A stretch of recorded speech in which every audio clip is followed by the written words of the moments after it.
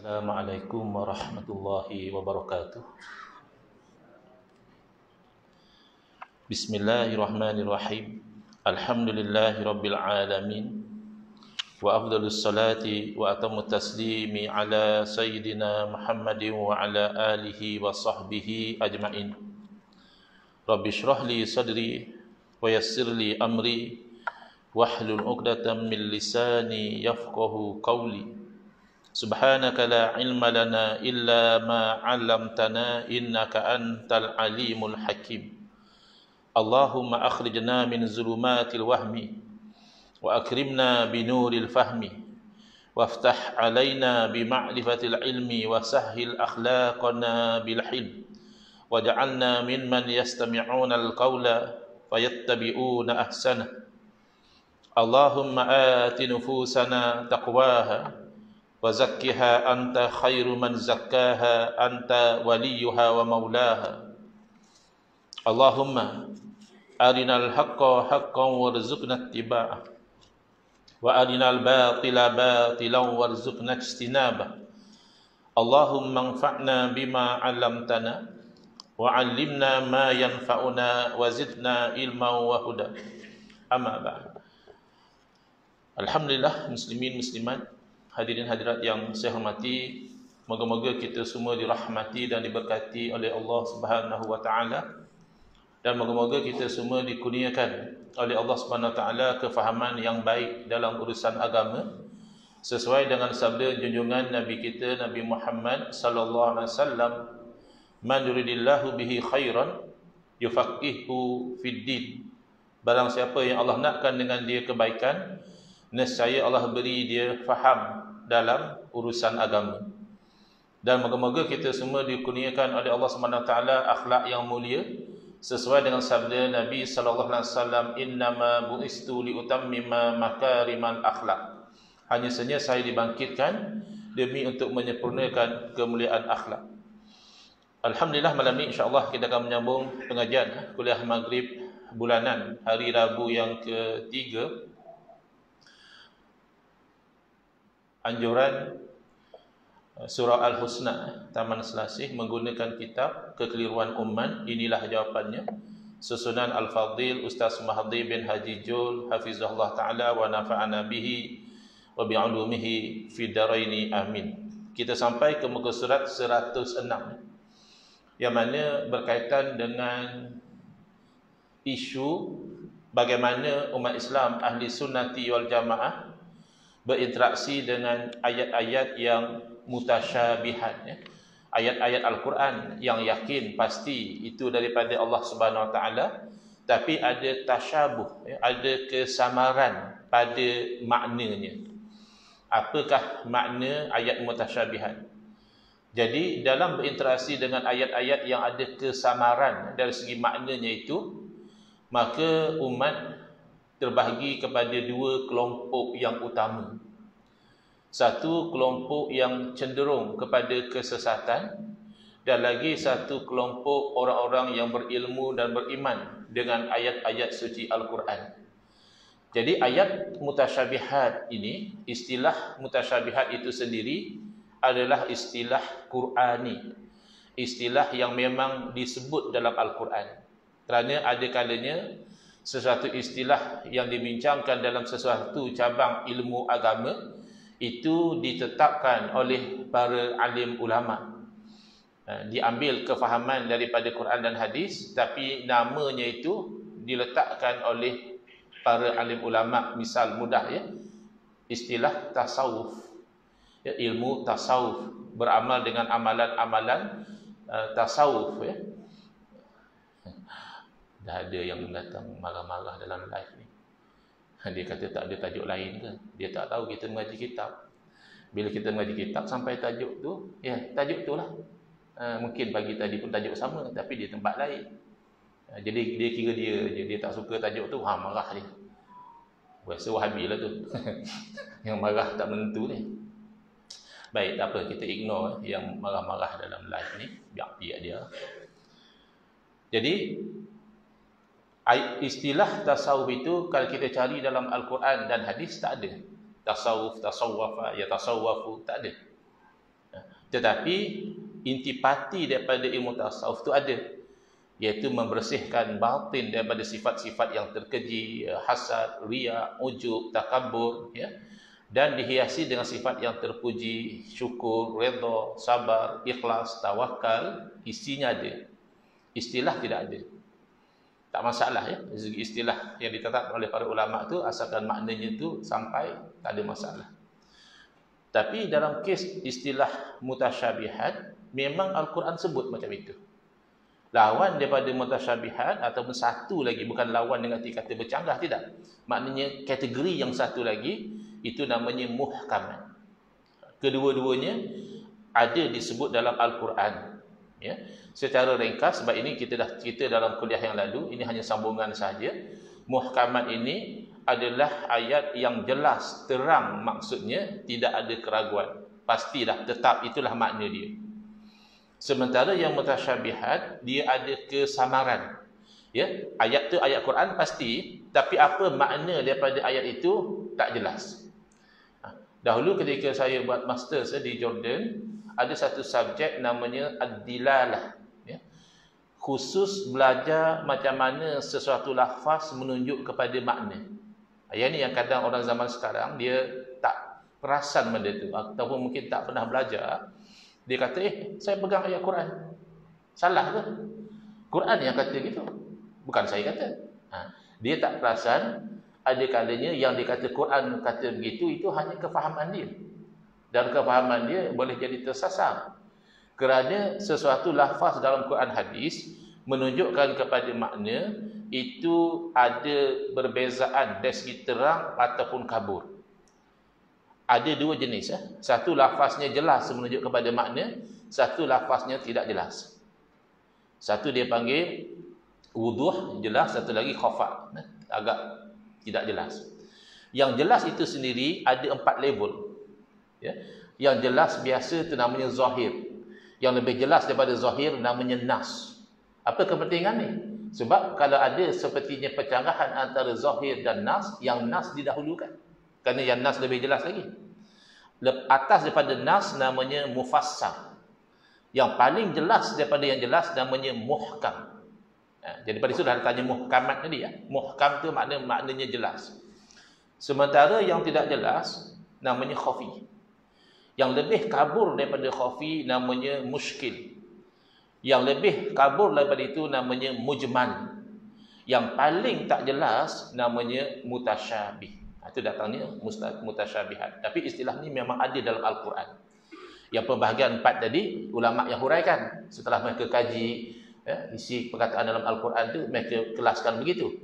Tapi istilah muhkamat dan mutasyabihat, ya, itu ada disebutkan dalam ayat 7. Ayat 7 surah Ali Imran, ya. Tuan-tuan yang ada aplikasi Al-Quran dalam phone boleh buka. Ya, ayat 7 Ali Imran, ya. Kita sama-sama rujuk. Kalau yang ada makna sekali lagi bagus. Dalam ayat 7 surah Ali Imran, Allah berfirman, "Huwallazi anzala 'alaikal kitaba minhu ayatun muhkamat." Dialah Allah Taala yang menurunkan kepada kamu, yakni kepada Nabi sallallahu alaihi wasallam, Alkitab, yakni Al-Quran. Minhu ayatun muhkamat. Sebahagian daripada Al-Quran itu adalah ayat-ayat yang muhkamat, yang jelas makna dia, yang pasti, tidak ada ragu-ragu. Itulah makna dia. Hunna umul kitab. Ayat yang muhkamat inilah merupakan induk kepada Al-Quran. Inilah yang jadi tonggak rujukan kepada Al-Quran. Kenapa? Kerana maknanya jelas. Wa ukharu mutasyabihat. Adapun di sana ayat-ayat yang mutasyabihat, yang tidak muhkam, yang tidak jelas, yang ada kesamaran. Jadi dalam interaksi dengan ayat mutasyabihat ini, ya, Allah sendiri telah beritahu akan ada 2 jenis manusia. Yang pertama akan jadi sesat. Fa ammal ladzina fi qulubihim zayghun fayattabi'una ma tashabaha min. Adapun orang-orang yang dalam hati-hati mereka itu ada zaid, ada bengkok, cenderung kepada sesat, maka dia akan ikut yang sama-sama tu. Padahal yang muhkam ada. Yang jelas, yang pasti, laisa kamitslihi syai'un, tidak ada yang sama seperti Allah satu apa pun. Yang jelas ada, walam yakul lahu kufuwan ahad, dan tidak ada baginya, bagi Allah itu yang sama satu apa pun tak ada. Itu kan jelas. Bahkan mereka-mereka yang keliru tu pun kalau kita kata, kamu kata Allah bertempat atas arasy, kamu nak kata Allah sama macam makhluk, dia akan kata tidak. Kami tak kata Allah sama macam makhluk. Kami cuma kata Allah berada atas arasy. Kami tak kata sama macam makhluk. Jadi Allah tak sama macam makhluk tu jelas diterima oleh semua. Jadi sepatutnya dia berpegang dengan yang muhkamat, tapi oleh kerana hati itu sudah ada cenderung kepada kesesatan, maka dia ikut yang sama-sama. Fayattabi'una ma tashabaha minhu. Kenapa? Ibtigha al-fitnati. Nak cari fitnah, yakni polemik, pergaduhan, pertikaian, kekacauan. Wabtigha ta'wilih, dan dia nak juga cari satu makna. Ta'wil itu maknanya tafsir. Dia nak juga tafsir makna ayat mutasyabihat. Wa ma ya'lamu ta'wilahu illa Allah. Padahal tidak ada yang tahu tafsir makna sebenar daripada ayat mutasyabihat kecuali Allah. Maka inilah datangnya pendekatan yang pertama yang dipegang oleh ahli sunnah wal jamaah adalah dipanggil ta'wil ijmali. Dia alih daripada makna yang tidak layak secara umum sahaja. Contohnya, istawa tadi ada 15 makna. Tidak semua makna istawa dalam bahasa Arab itu layak dinisbahkan kepada Allah Ta'ala. Antaranya istawa dengan makna duduk. Antaranya istawa dengan makna menetap. Ya, itu tidak layak dengan Allah Ta'ala. Maka itu dinafikan. Itu takwil lah. Jadi alih pada makna yang tidak layak. Tetapi dia tidak tetapkan satu makna khusus. Dia hanya serah kepada Allah dengan keyakinan pastilah dengan makna yang layak dengan Allah. Contoh dalam tafsir Al-Jalalain, ini contoh tafwid ya. Bila datang pada kalimah istawa, dalam tafsir disebut apa? Istawa istiwa'an yaliqu bihi jalla jalaluh. Istiwa adalah istiwa yang layak dengan Allah Ta'ala.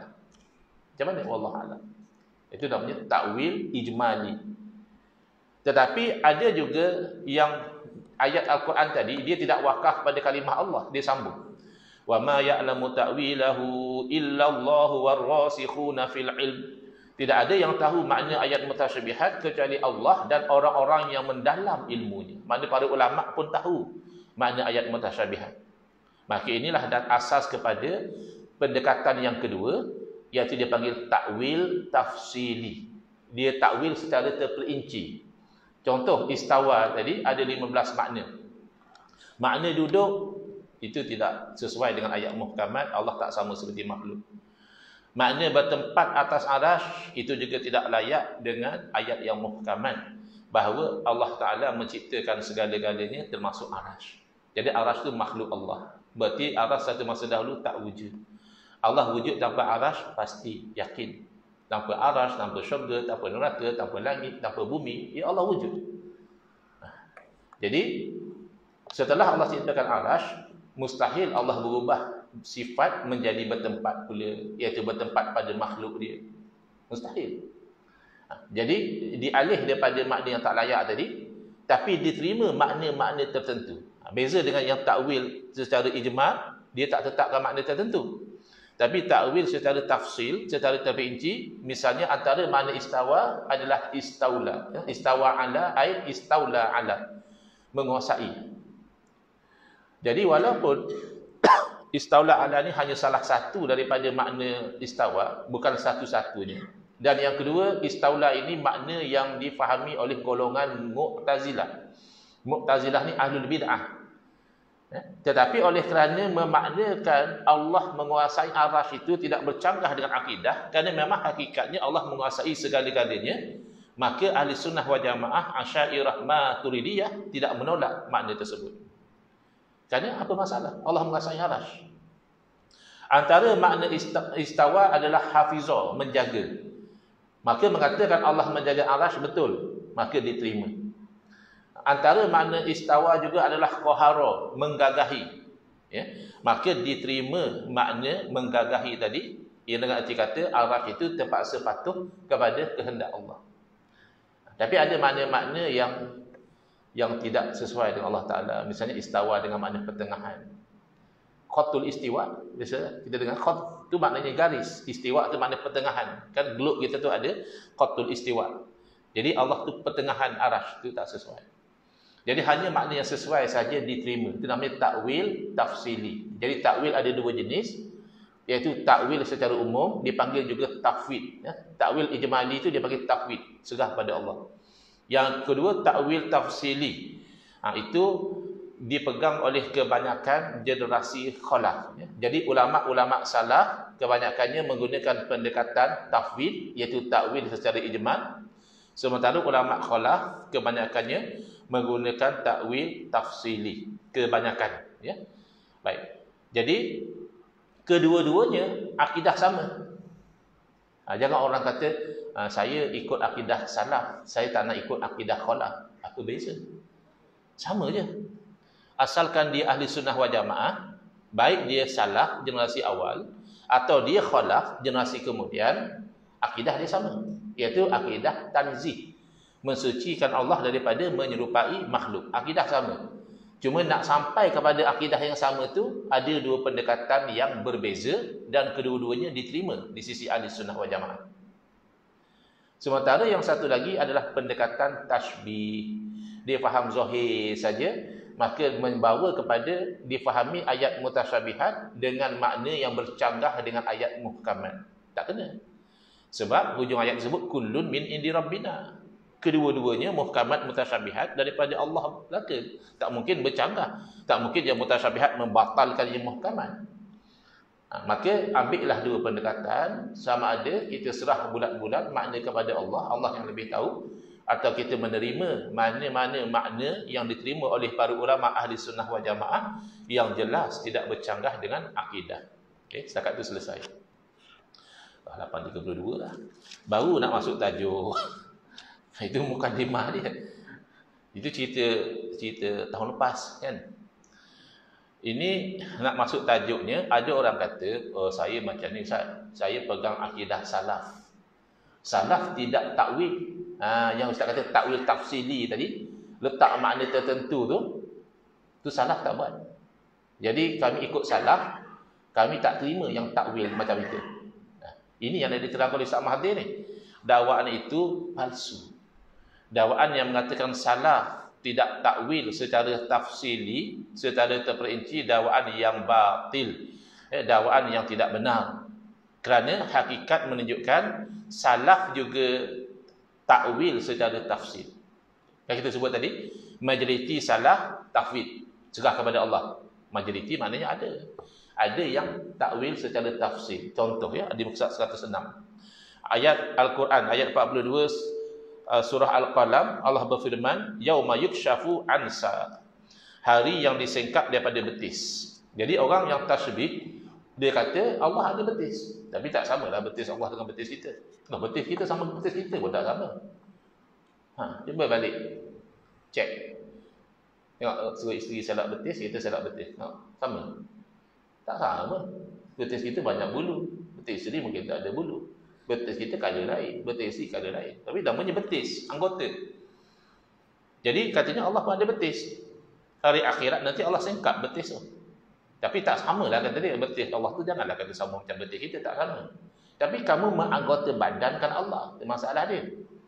Tapi saya ikut salah. Salah mana? Salah mana yang memaknakan sab itu dengan makna betis anggota?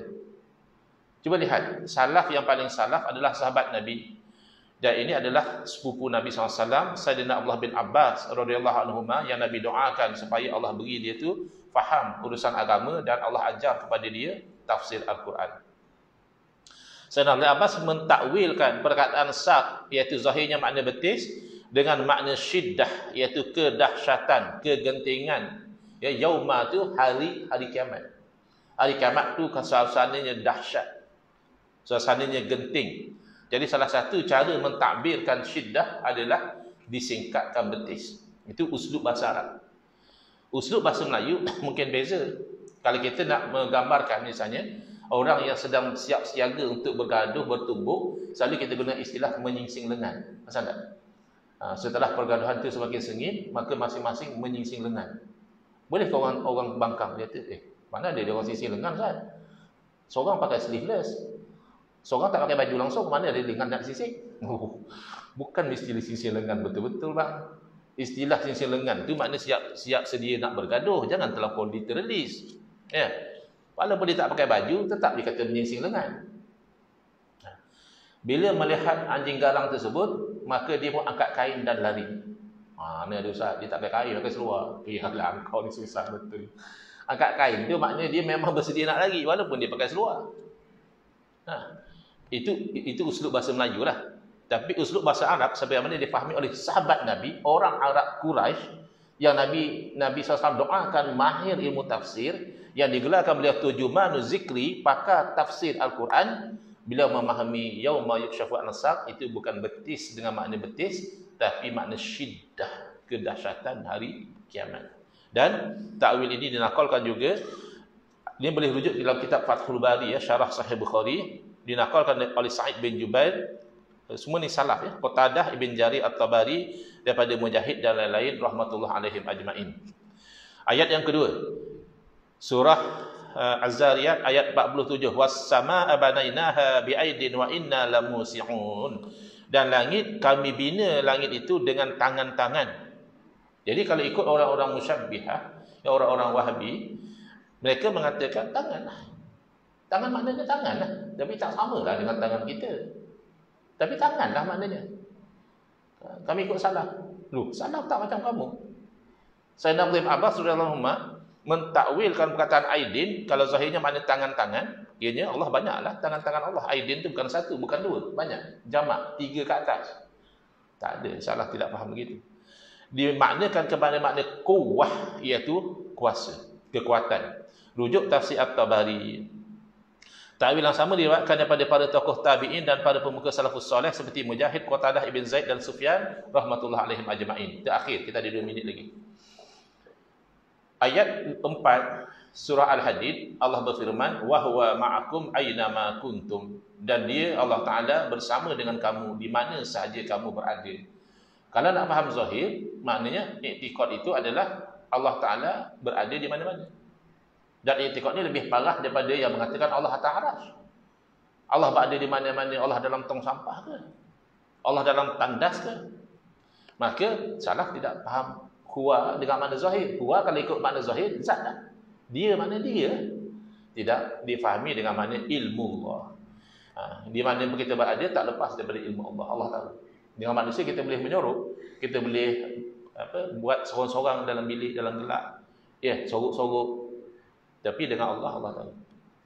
Bahkan kalau ditakwilkan dengan makna kudrah boleh. Kuasa Allah bersama dengan kita di mana-mana. Kalau kuasa manusia, macam kita lari pada jurisdiction, daripada Malaysia kita lari ke Australia, tak ada buat apa lah. Dah luar pada kuasa kerajaan kita. Tapi dengan Allah lari ke mana pun, Allah bersama dengan kamu. Jadi kata mereka, ini bukan takwil. Ini memaknakan sesuai konteks. Ilaha illallah, ketegaknya hang ni. Memaknakan sesuai konteks itulah memerlukan takwil. Kalau tidak, kamu memaknakan dengan teks saja, tekstualis, zahiri. Tak boleh. Makna sesuai dengan konteks itulah dimerlukan takwil. Kalau tak takwil, bahaya. Apa bahaya dia? Kuliah yang akan datang, insya-Allah. Di muka surat 107, bahaya jika ayat Quran tidak ditakwil. Memang bahaya. Ya? Tapi yang kesimpulan kita malam ni, salah juga takwil. Jadi yang mengatakan salah tak takwil itu, dia sangat keliru atau dia sengaja nak mengelirukan. Bismillahirrahmanirrahim. Alhamdulillahirabbil alamin. Wassalatu wassalamu ala asyrafil anbiya wal mursalin wa ala alihi washabbihi ajma'in. Allahumma shrah sudurana wa ahsin akhlaqana wa azim ujurana wa nawwir qulubana bi nur hidayatika kama natadha min syamsika abadan abada. Allahumma anqulna min dhulil ma'siyati ila izzi ta'ati ya arhamar rahimin. Wa sallallahu ala sayidina Muhammadin wa ala alihi wa sahbihi wasallam. Walhamdulillahirabbil alamin. Amin ya rabbal alamin. Wal afu minkum.